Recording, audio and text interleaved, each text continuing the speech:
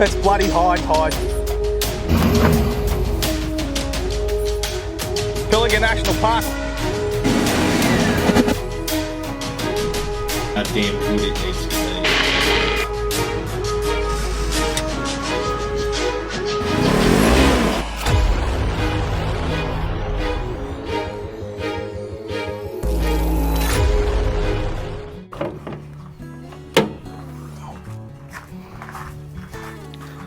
So we currently have a flat battery.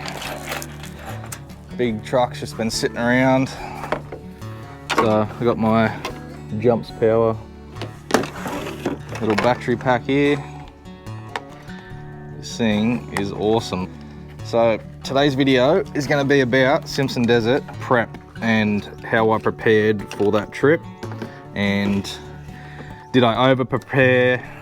Did I under prepare? Did I take too much stuff? Did I not take enough stuff? So, little Jumps Power.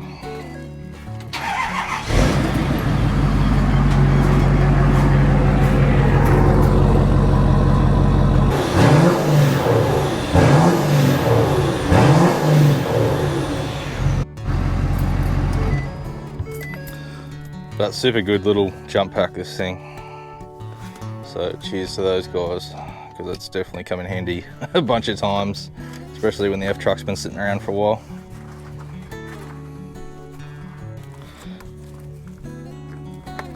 So I just got my C-Tech charger here. I've had this thing since I was like 16 years old, but it's still the best charge I've ever had.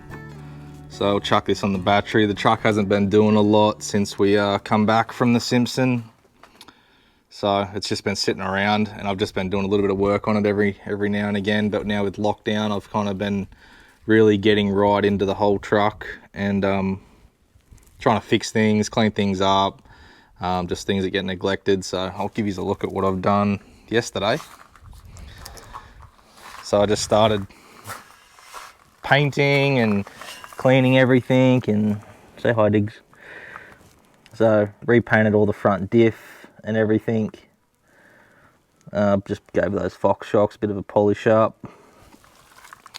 Come around this side, just been inoxing all the suspension components, and then it looks like the bugs decided to come out and stick to it, but anyway, just to protect it from corrosion and stuff, just because of where I live, and I took it to the beach the other day, so sprayed all them to clean all that stuff up, keeping the chassis nice and tidy.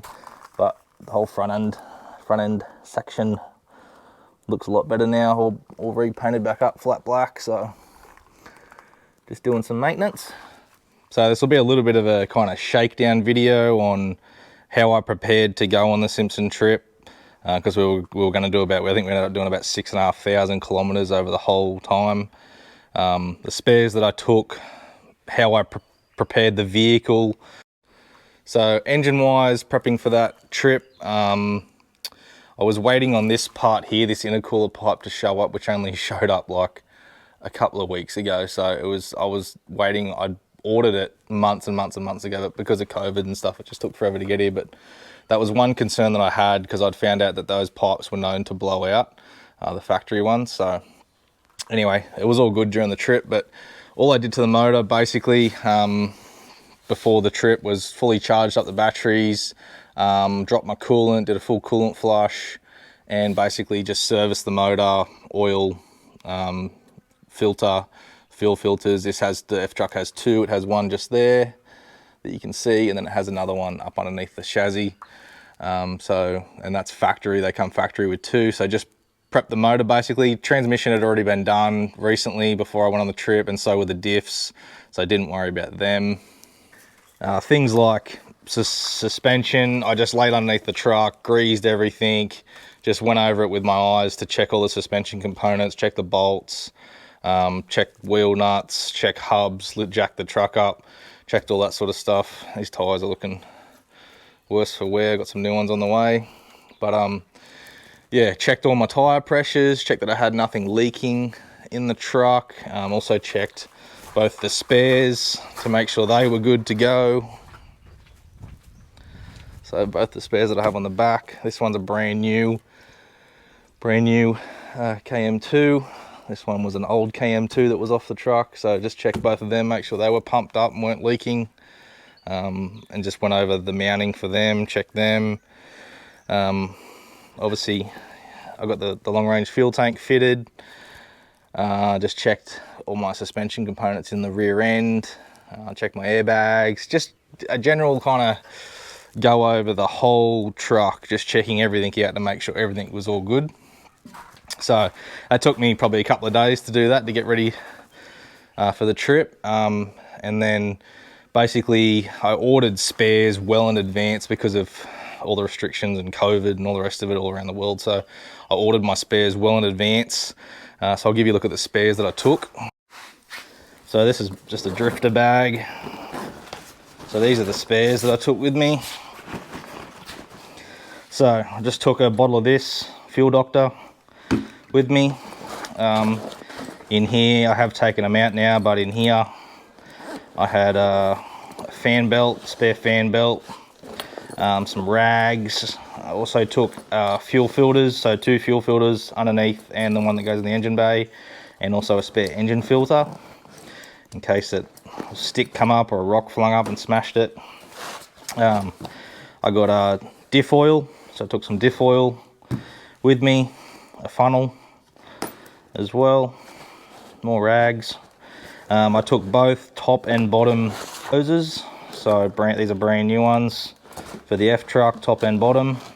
So there is a few that go on that truck. A bottle of inox. Can't remember what's in here. Oh, that's a bearing for the rear, so a rear bearing assembly for the rear of the truck, seals, stuff like that. Took a spare uni joint, so the F truck runs the same uni joints over the whole thing. So I took a spare uni joint in case I did a uni. At least that way, even if something does happen, I do have the parts to fix it. So another drifter bag here. Sorry, these are hard to open one-handed. So in this one, I've just got some coolant. So some premix red coolant that the F truck takes. Also got some transmission fluid in this bottle here, and I also did have an engine oil fluid as well. So I've got all my fluids. So I've got coolant, diffs, transmission, engine oil. So just a small bottle of each. There's no way you can prepare to take like everything with you, and it just wouldn't work to try and carry all your fluids, because the F truck takes 12 litres of fluid just for the engine oil. So it's just, you just can't take everything at the end of the day.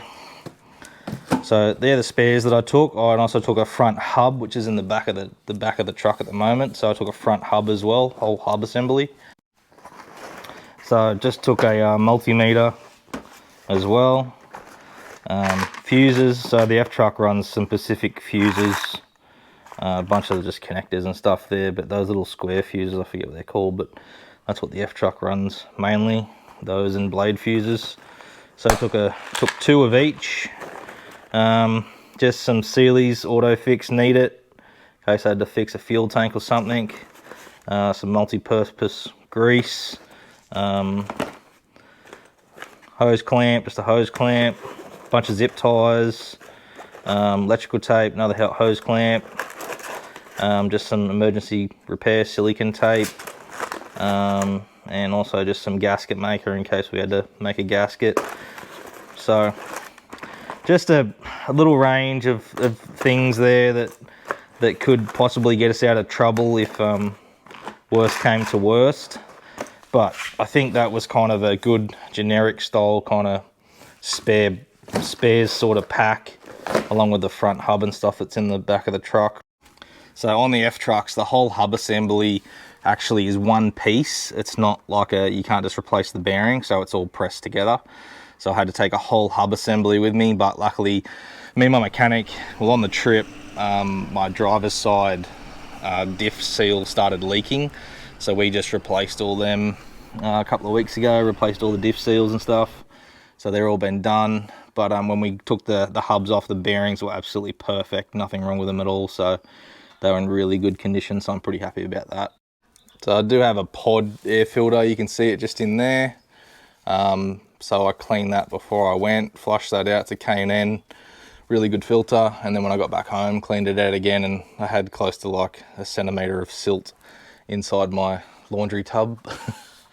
But yeah, so got that ready, but they're the spares that I took on the trip. Luckily didn't need any of them.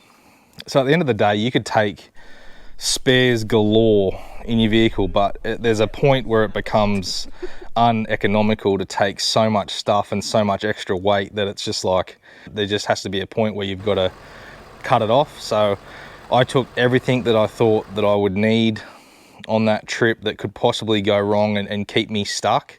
So to do the Simo, do you really need 2 spares?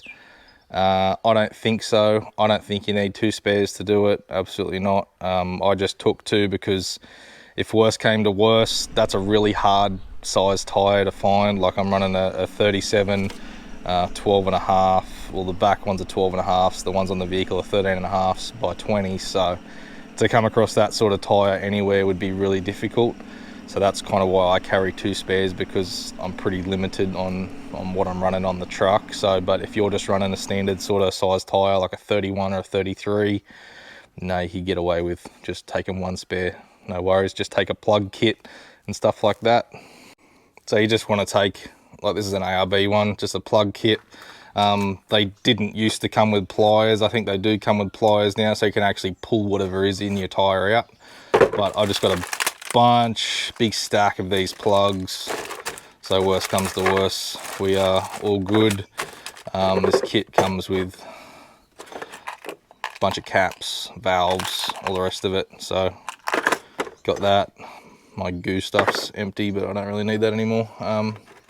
So yeah, that's a good thing to take with you.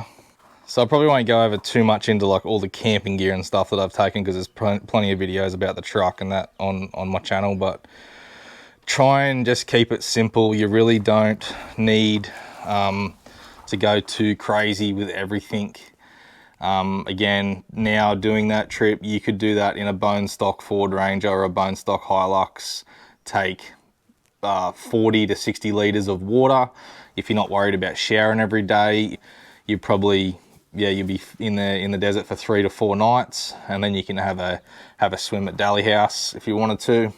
And if you watched Trev's setup sesh, like he had a really basic sort of setup, just an awning, a swag, carried some extra fuel, and his cooking gear and stuff, and that was pretty much it on his truck. Very sort of basic sort of setup, and that's all you really need to do. Yeah, don't be scared to do it. Yeah, like I said, a couple of jerry's of fuel, a couple of jerry's of water, and you'll do that trip, no worries. But if you want to do things on the more luxury side like me, like I do have a shower, I do have a ton of water, I do have a big power system, but again, I'm charging drones, camera gear, all that sort of stuff. I was powering 2 fridges. Again, you don't need 2 fridges. I took 2 fridges. I overdid it with the fridges, but I do like that setup of having the Elements ARB fridge on this side, then having my other upright on the other side. So I do like that. So you can go either way. If you're going to go full luxury sort of tourer and do it anyway, then go that way. But if you want to do the Simpson and you don't have a lot of money, you can get away with doing it with the bare basics. So go and pick yourself up a 1995 Hilux, throw a couple of swags in the back of it, throw 3 cans of diesel in there, 3-4 cans of water, your cooking gear, and yeah, off you go. 1 spare tyre, take some oil, some basic spares for a truck like that.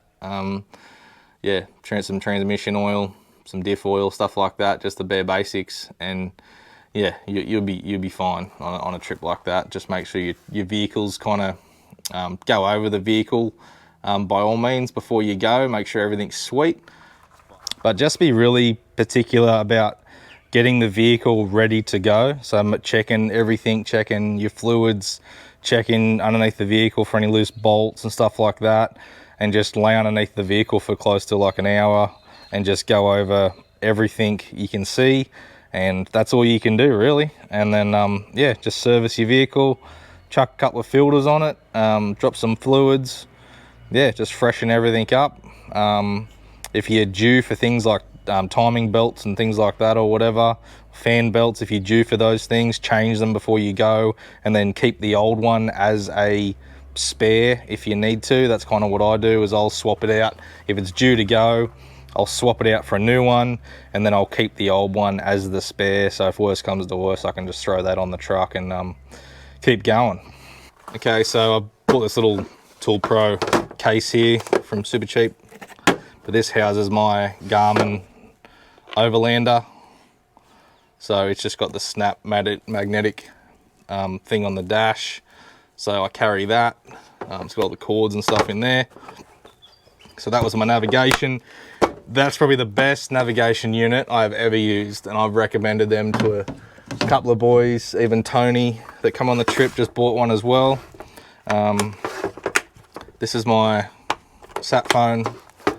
So this is the sat phone that I took. So it's an Iridium Go. So it's just that's just the case that's on the top of it. If I can get it off and show you. So that's it there.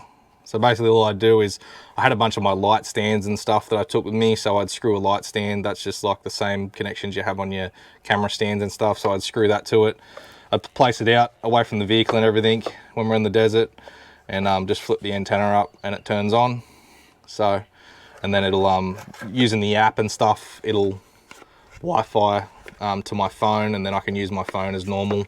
But you do have to text and stuff through the actual app. So you put the contacts and stuff, but super easy to use, very basic.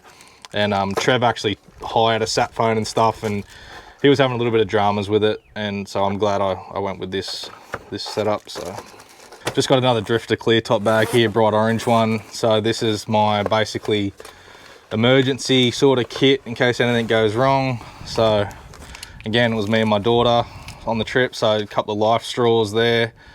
Take them just in case something ridiculous happens and we need to source water from somewhere, wherever we were on that trip. Again, they're not going to be much help in the desert, but again, you never know what could happen to your water supply or anything, so just carry them anyway.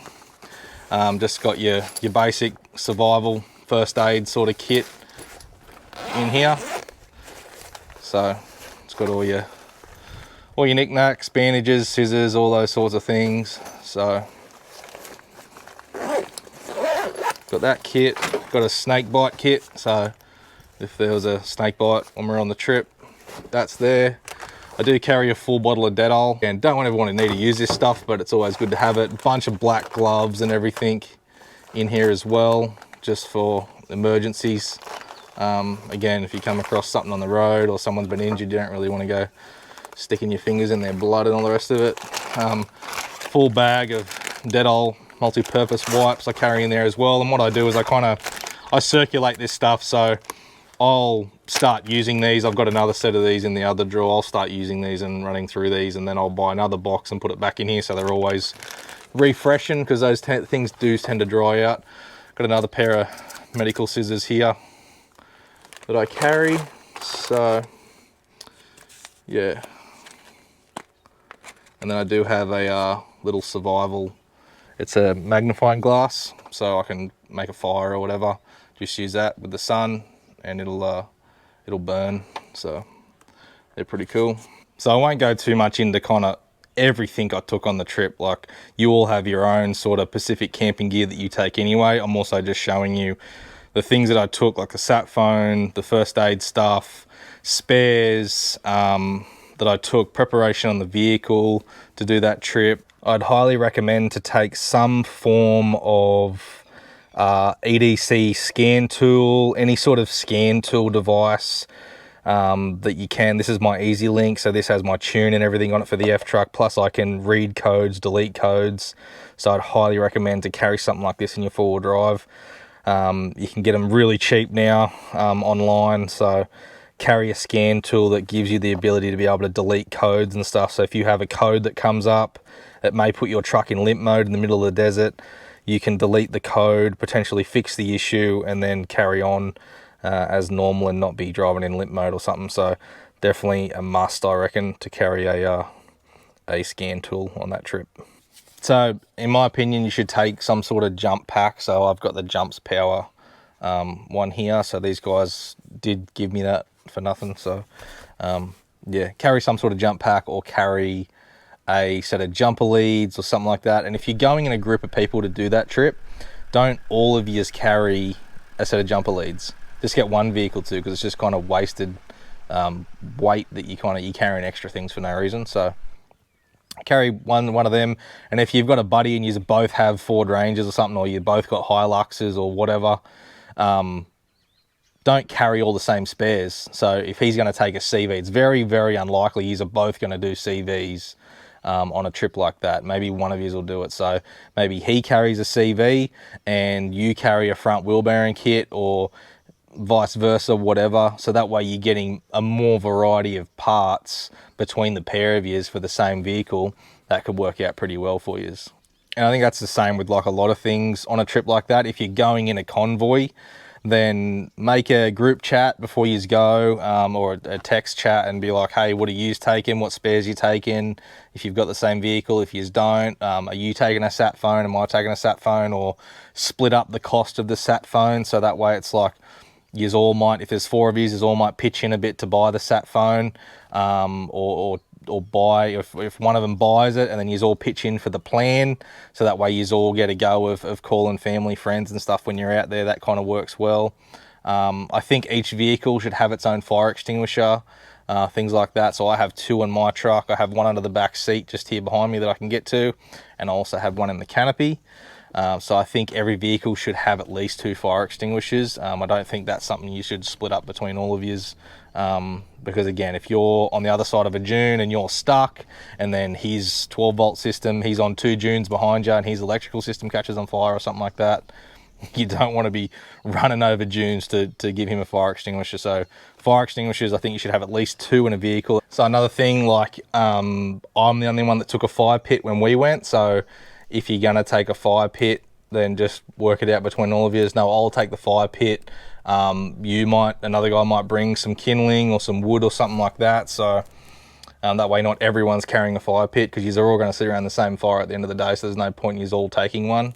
But yeah, just working out everything that you're taking on the trip, even down to like cooking, like even down to your food. You could work that out really well, where it's, okay, we're going to take XYZ, this food, and then we're going to have this meal, and prep your meals out. So first night we're going to have, who knows, whatever, 2-minute noodles, just for example. And then the next night you might have burgers. The next night you might have a chicken curry or something. And the next night you might have spaghetti. Whatever it ends up being, you could work it out so that way you're taking less food and stuff. And that way you're all cooking together, and it's saving you a lot on cleaning up and all the cooking gear you take. It's just one person taking the cooking gear, then the other people might, if they bring the cooking gear, they might pitch in and buy the food, vice versa. So you can work this trip out if you're going in a convoy to be really, really good on saving on weight, because you've now got 3 or 4 vehicles that you can spread the weight of taking things along on that trip. You can spread it across all the trucks. So it kind of works out pretty good if you do it like that. So then in my rear drawer, sorry, but it's a bit unorganized at the moment, but basically I take a couple of these for just laying under the vehicle. If I've got it under there to make a repair or something, so I'm not laying in the dirt, I just take a couple of these I can put together so I can lay on them. I've got ARB soft shackles. I've got 2 of the bigger soft shackles. So these are the 19 ton drifter ones. Also carry a tow bar just in case of emergency. If someone is completely in a world of hurt and they need me to tow their trailer or something, then so be it. So I got a factor 55 for the recoveries with the winch. Again, snatch straps. Got a big snatch strap up here, tree protector, Max Trax things. That's the hub for the truck in there. Again, another soft shackle. So shifter, and I did take my toolbox and stuff. Like I've taken all my tools out of the truck now, just because I had to obviously use them and stuff. So But I took sockets and screwdrivers, and I have a whole bag, which I'll show you now. I've just got this one of these bags here. So I've just got basics, just sockets and screwdrivers and all the rest of it, shifters, spanners, just your basic sort of tool kit. So that just goes in the front there nicely. So especially spreading tools out, like I took an impactor and a drill and stuff as well, but to spread tools out across all your vehicles that are in the Convoy is something really good to do, because tools and a tool bag and sockets and impactors, that stuff can weigh a lot. So if you can save by spreading it across the vehicles, it's probably a good idea. So there's probably a bunch of stuff I've forgotten during this video, but yeah, drop it in the comments so you can all have a chat about it. I'll get in there too and have a talk, and there may be some things I forget, so I'll drop them in the comments as well. But if there's any other ideas you have of either being able to save weight between a convoy or things you should take on that trip, and again, there's probably 40 things I've forgotten to talk about, but you can do that Simpson trip very, very basically with a bone stock. You could take a bone stock Hilux, take 60 litres of diesel, take 60 litres of water, take your cooking gear, take your swag, take one spare that's underneath, that's fine. Take a puncture repair kit, take a sat phone, chuck in your first aid kit and stuff, fire extinguisher, and away you go. So you can do that trip on a pretty small budget if you wanted to. No drama at all, I don't reckon. And there's plenty of people out there as well, so you're not going to not run into someone along that track. So especially at the start of the season, there was a lot of vehicles out there, and that's what we noticed when we were out there. There was a lot of vehicles, and a few that we had to give a hand and stuff. So yeah. Oh, I can smell it. Ooh-hoo-hoo. Check that out. I don't do any more cooking up videos, but that's dinner tonight. So before I go, I want to show you one thing. So I'm just in the studio. I want to show you guys the hats. So this is the wild grass hat. Here's the orange one. So these got like a leather patch on the front. They're available now on the website. These are the patches and stuff are made in Texas. They're all put together in Texas, in the States, but really cool. F-Tech logo there. Really nice hat. So yeah, I think they're pretty cool. Made by Pecure Leather, just there on the back. So this is the green one that I got on my head now. So got a bunch of orders here. So Shane Bennett, yours is here, mate. Ready to go out to you. So yeah, jump on the website, guys. Hats, still heaps of shirts, still heaps of hoodies available. Actually, no, that's a lie. There's only, I think, two XL hoodies left.